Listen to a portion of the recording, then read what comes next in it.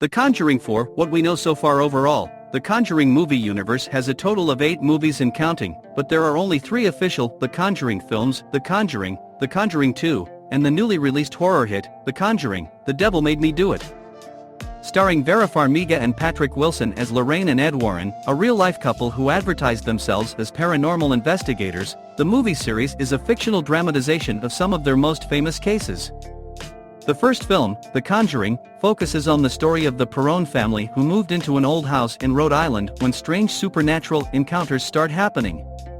The Warrens visited the family and tried to help them get rid of the supposed spirits that haunted the house, resulting in a terrifying, highly publicized experience. The movie adaptation builds upon the Perrons story, adding more supernatural scares and establishing its own ghostly mythology that plays into future films. The Conjuring and the following films in the series have all been extremely successful. The most recent installment, The Conjuring, The Devil Made Me Do It, received mixed reviews from critics, but despite that, it's still done very well, and the fans clearly want more. So the question is, will we get The Conjuring 4? When will The Conjuring 4 come out? As of right now, Warner Brothers has not officially greenlit a 4th film, but there's really no reason not to.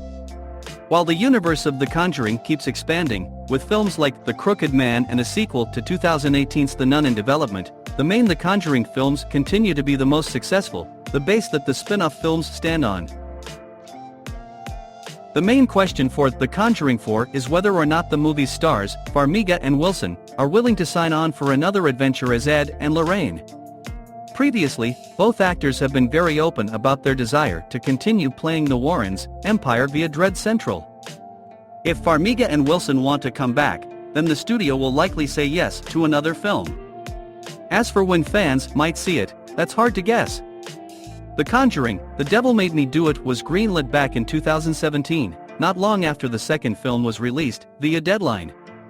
Even before COVID-19 hit, causing delays all over the entertainment industry, the newest The Conjuring movie took a long time to get going. With any luck, a 4th film will be announced soon and hit the ground running. If that's the case, the earliest fans could see The Conjuring 4 would be about 2 years from now, but considering the whole situation, we'd bet our money on it taking 3 or more years, unfortunately. So what could a 4th film possibly be about?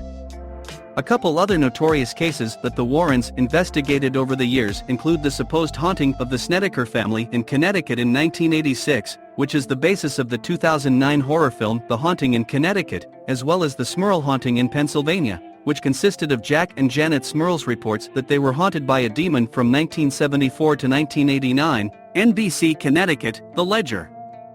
Ed and Lorraine also claim to have gotten video footage of the legendary White Lady of Union Cemetery in Weston, Connecticut, right near where they lived, Daily Voice.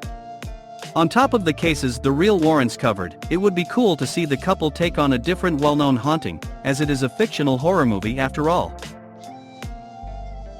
Why not have Ed and Lorraine look into a supposedly haunted prison or old hotel, or go to the site of well-known murder cases like the Villisca Axe murders or the crimes of Lizzie Borden? Read more. We might not all carry around a shaker of salt to throw over our shoulders, but most of us can likely relate to hearing old sayings, maybe from our parents, running through our heads when certain things happen. A red sky in the morning might make us expect bad weather or even unfortunate events. We all have lucky numbers or lucky sweaters, and little idiosyncrasies we've picked up from our cultures, families, and experiences. And even if you wouldn't classify yourself as overly superstitious, you might get a little nervous if you found yourself in a place that was notoriously haunted. And the set of a horror film allegedly based on a true story? That's enough to give pause to even the most stoic among us. For a fictional film that sprang out of a true story, The Conjuring spawned quite a few real-life scary stories of its own. The 2013 horror film wasn't just a ghost story. By many accounts, the spirit of the story really came alive on set. A spiritual setting UST, as it's not a typical horror film, the inspiration for The Conjuring was also not the traditional story.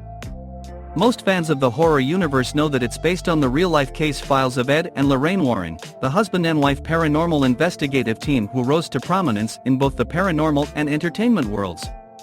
The writers, directors, and producers on The Conjuring and its sequels consulted extensively with the real-life Lorraine Warren until her death in 2019. Sadly, Ed Warren passed in 2006 before he was able to see the film adaptation of the Perron case. What's fascinating is that this story in particular, out of all of their cases, had a profound effect on the Warrens themselves. The late Ed Warren himself insisted to producer Tony DeRosagrund that the first film made explicitly about his and his wife's investigations be based on the Perron case. There are other films, like those based on the Amityville haunting, that are indirectly inspired by cases the Warrens have investigated, but none of them had yet focused so specifically on the investigators themselves as main characters along with the families experiencing the hauntings. The Perron case clearly carries a great significance and left quite an impact on the Warrens, just as it would on its cast, crew, and audience. This particular set likely brought some palpable spiritual energy with it.